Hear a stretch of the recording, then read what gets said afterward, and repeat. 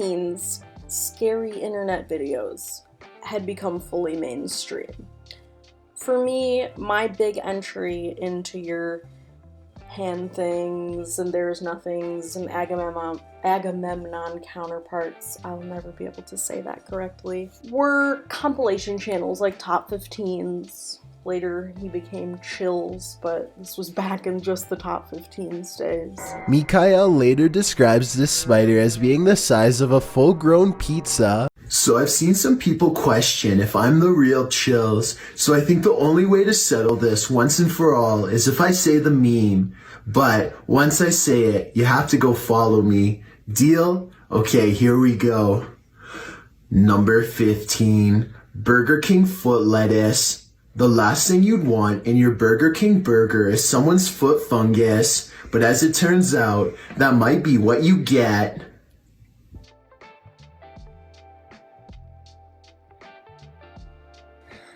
And I think they really became kind of a hot thing in the mid-2010s. A lot of these videos existed well before this, but, you know, it was just, it was a way for, I think, a younger generation at the time to discover them. You know, it was kind of, the hunt was taken away. I'm someone I've talked about before. I don't love the search always. I like when it's handed to me, which is really inconvenient now that I'm the one presenting you all with information. But I was also like 16, 17 at this time, so I have grown a little bit. But at the time, you know, I was too scared of the internet to be scrolling through Reddit and 4chan to find scary things. So I needed people like Top 15s to water it down for me. And I think that's why a lot of these videos kind of had a second life in this age, and it blew up. The need and the want for this scary, real thing with a crazy urban legend backstory that could be true, but it can't be true, but maybe it is true. You know what I'm saying? So that seems to have disappeared now. The hunt is still active, the hunt is still alive for weird shit on the internet, but we've seen that it's changed. There's a lot of lost media detectives these days hunting down songs that no one knows the origin of, or cartoons that Redditors think they maybe dreamed up, but perhaps they're out there, and sometimes they are out there. And then there's dumbasses like me just analyzing other creators' work in the analog and digital horror sphere. You even have like legitimate internet true crime detectives who are hunting down and holding accountable creepy weirdos on mostly Discord. There's no longer this video or this story is true, here's this crazy backstory that you got back in the early internet days and even into the 2010s with like Tara the Android. You know, her creator killed a woman and buried her in the backyard, and that's why there's a shot of his yard partway through. It's like, that's completely not true, but did I believe it for a second when I was 16? Yes, and maybe it is. We don't know. We do know. And, you know, maybe it's because the internet has just evolved. Maybe it's because we grew up, the people that did believe it, and maybe just the younger generation of internet horror lovers are a little smarter with the internet than we were. But I also think it's because in this era I'm talking about, kind of the mid-2010s, this video is scary and true genre got a little So my name is glitchwitch.jpg if you insist, but you can also just call me glitchwitch. And I make videos about internet horror. I love internet horror. You know, we're talking analog horror, digital horror, creepypastas, urban legends. Sometimes I dabble in survival horror video games, but I'm no gamer girl, I assure you. And lately I've been kind of doing little rewinds. Talked about the ARG Max 2019, talked about Carmen Winstead, so I've just kind of been enjoying taking a look back. And we're not going as far back today, we're just going to the year of our Lord 2015. This is an interesting one. I mean, you already know what it is because you clicked on it, you see it in the title. And I'll level with you. This video had a very different script a week ago. I don't love this video. I've never loved it. I don't find it scary. I think it's all a bit silly. But that's not constructive. No one needs to see me spend 25 minutes on a video from 2015, especially because I'm just some girl with a microphone. I know it's an updated microphone, so. But I have no right. I am not creating these things. Someone took the time and schemed. I would say the creator of this video is one of our great schemers in the lore of internet horror history. So I'm gonna be nice, and I just want to get to my point. I think that this specific video calls a larger conversation around it. I think there's more to be said about this point in internet horror and how videos like this really, I think, led to a massive shift in what we now would consider internet horror versus what you would have considered internet horror in like 2009 to 2013-ish. Without further ado, let's just get into it.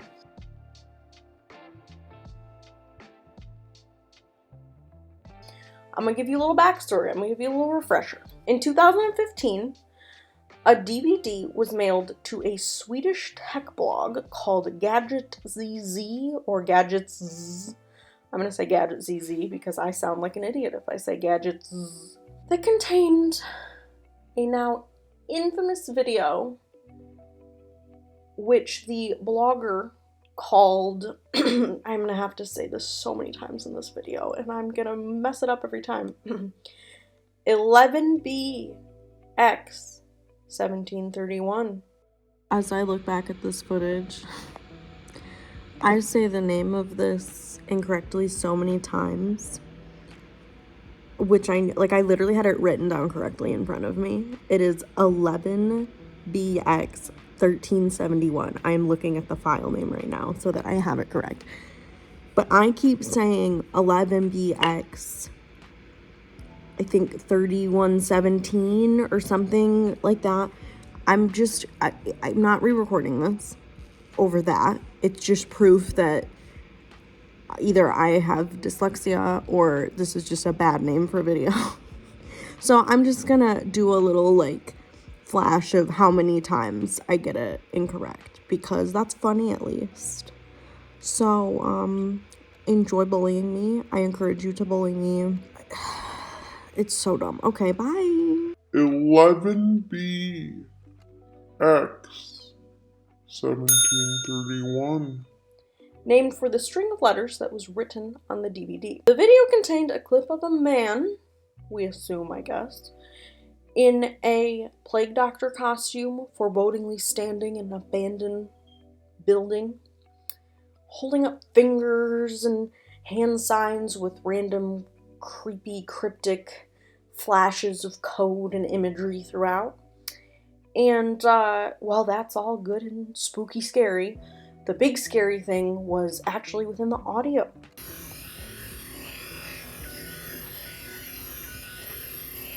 Oh, what? You got more?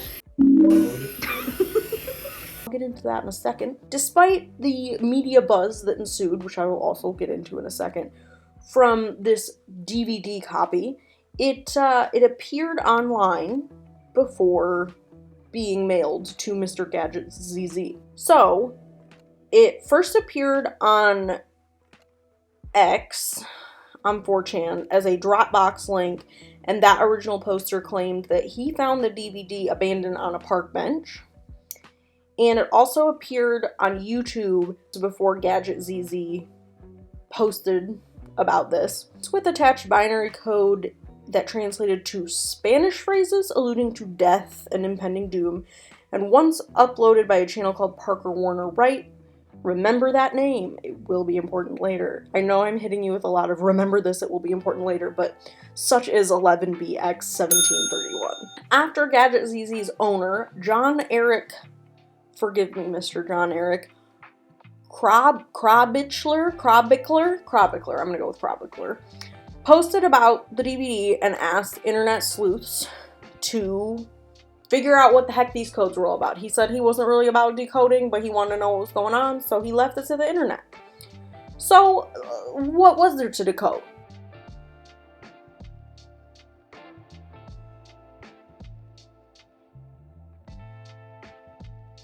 I'm going to start off with the audio, because I mentioned I think that's the scariest part of it, personally. I say scary, we'll get into it. Internet sleuths ran the audio through a spectrogram.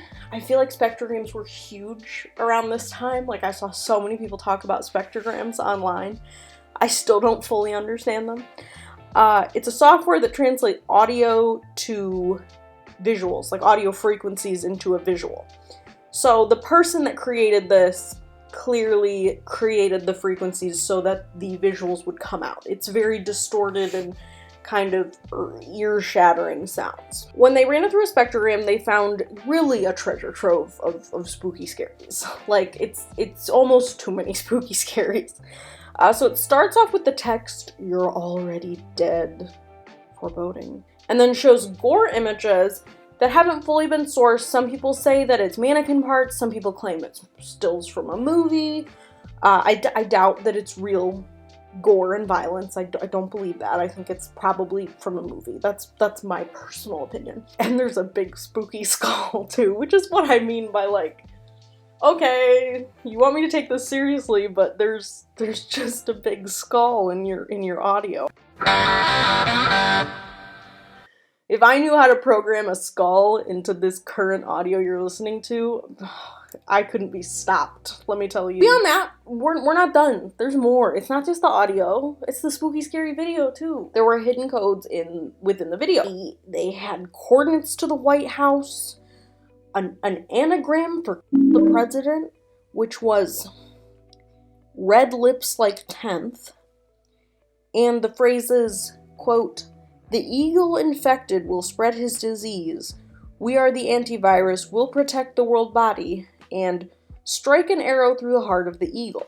So, lot of government conspiracy happening here, right? And for that reason, the mainstream media really grabbed onto this thing. Well, after Gadget ZZ posted about it originally, you had the Daily Dot is a big one that we'll talk about again later, and even the Washington Post was posting about this little old plague doctor.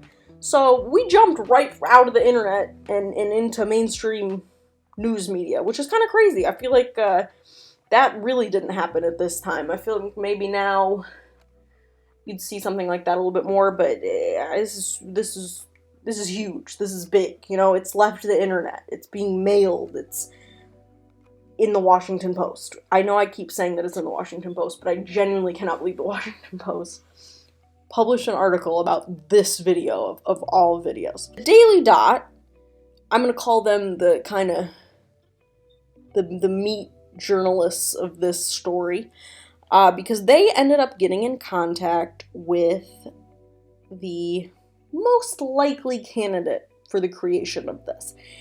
And they got an exclusive interview with someone called Parker Warner Wright. Remember, I told you Parker Warner Wright was going to be important? That YouTube video that came up before the Gadget ZZ spread it out to everybody else. This is not this man's real name, but they claim that they are a U.S. citizen living in Poland, which it was confirmed that the location in the video is an abandoned asylum in Poland. So tracks, definitely, that whoever created this currently lives in Poland or visited Poland. And it's an art piece, but also maybe the threats are real. That is pretty much the entire vibe of this interview. It's very capital A, capital S art school, but also they will not admit that it's an ARG or that it's not real. And I think that's where some of the cringe for me comes from. Buddy, I know you're not going to kill the president. And if you were, you wouldn't have mailed this to some random Swedish dude. You know what I'm saying? You know what I'm saying? But anyway, I respect the hustle. I respect the grind. He says things in this article, like, about his work. This is about his work. Some people look for shells in it. Some surf, others dive. And he reassures the interviewer that the video, again, of just a plague doctor going, has received government attention. But he made sure that his rights as a U.S. citizen, he researched his rights as a U.S. citizen to make sure that he would be okay in creating his art.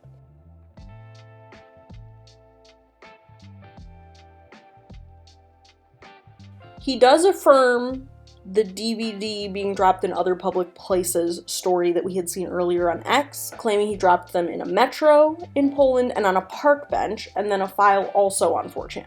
So, could OP on 4chan have just been him? We don't know.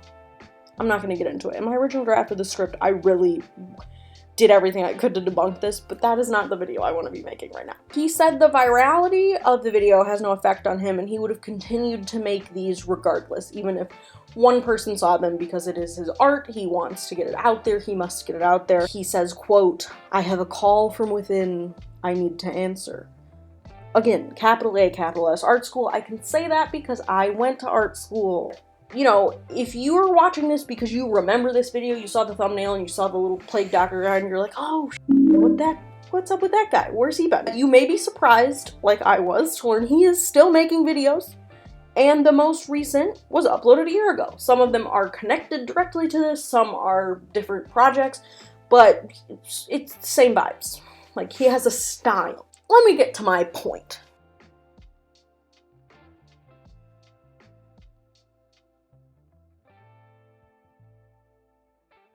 To me, this was a very obvious attempt to cash in on the moment that was the scary internet video.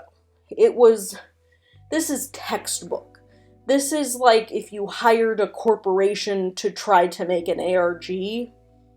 This is the scary internet video version of this, which you would argue that this could be an ARG if he is actually dropping stuff in real life. We don't know. There's no proof that ever happened. It even connects back to being an ARG, to trying to be an ARG, because that was popular at this time too. Like I said, this time, the scary YouTube videos were very popular. They weren't new, but they were very popular. The mystery that's in most of these classic videos that, you know, at this point were nearly a decade old, some of them, was you just didn't know anything about them. They were simple. They lacked proper explanation. Even when it was discovered who created some of these things, the story that the internet had made up was attached to it, and you could still find joy in that, even if it was debunked. These stories would evolve over time, similar to creepypasta, and that's what made them so powerful. It was the urban legend effect. It would grow and morph and change, and it didn't belong to anyone in specific. It belonged to the internet. You had these urban legends associated with specific videos, viewers ripping their eyes out and sending them to YouTube headquarters after watching Morena Mordegard Glesgorv, or like I mentioned earlier, the creator of Terra the Android having a dead body in his backyard and Terra's just his attempt at bringing her back. It's all but it was so vague and open-ended that you could kind of run with it. These were all created in a much more organic fashion, and they got passed around and they grew and they changed. So by the time they were hitting potentially new audiences in 2015, they had a decade to marinate. A video like 11BX1731, it lacks the communal joy of other internet hoaxes. Sure, sleuths still got together and got to play around and investigate this thing, but it just dropped and was presented as this really scary, weird threat, especially, you know, with it automatically existing out in the real world. It didn't just belong to the internet. The result that they found in this, it was simultaneously too real with being reported on by major publications and having like serious political implications. At the same time, it's very painfully edgy. Like, it's just trying to be as spooky and edgy as possible.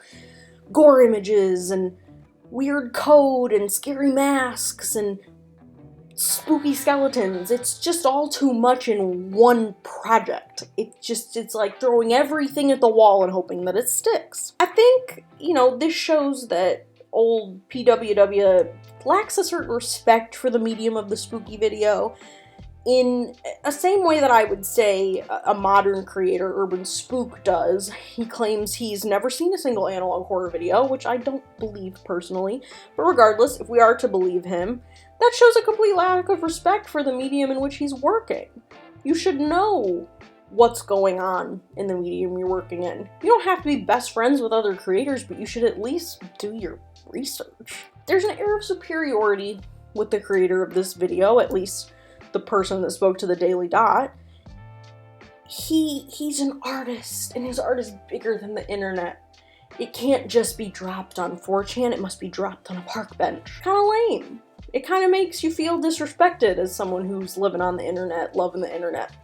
He wants the virality of the medium of the scary internet video, but he hasn't actually bothered to sit and see what that means and what that takes. As we're cycling back to creepypasta and, older, weird side of YouTube content, I've not seen a lot of people talk about this video very much. I truly think that really try-hard videos like this were the final nail in the coffin of the scary but true internet video. As the internet evolved and users grew and changed, it was doomed well before the plague doctor literally came to say, "You're already dead."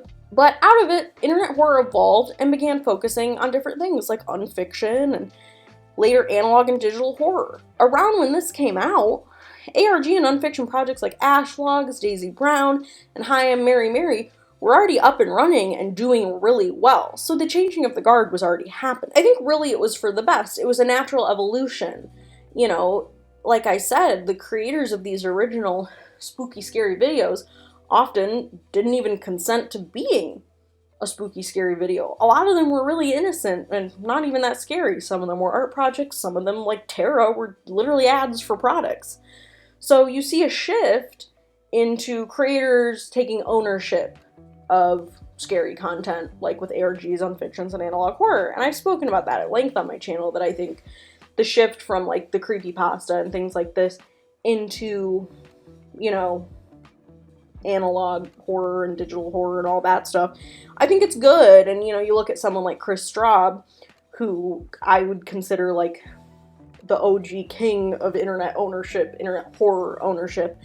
He wrote a creepypasta, but he said, "I wrote this creepypasta," and then he got a damn TV deal out of it. That's what we all need to be doing. That's what everyone, if you are making an internet horror series, look at me. Pursue TV, pursue film, pursue the money.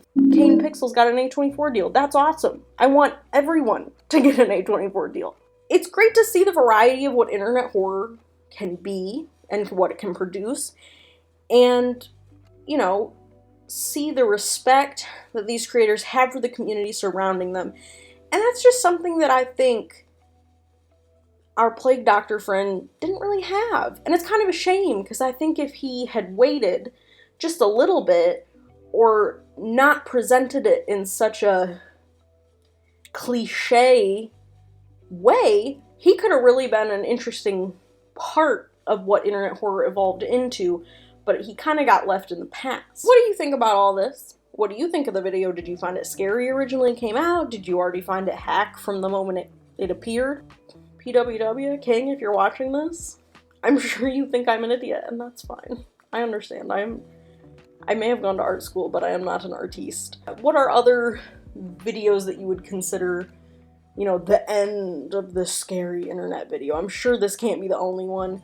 There's a larger conversation happening right now that analog horror has reached this stage where people are just throwing anything at the wall to make it stick. There's the argument of, everything's just spooky, scary faces, and it's over and it's dead. And I'd like to think analog horror is not dead. I think it just needs to keep getting refreshed and changing.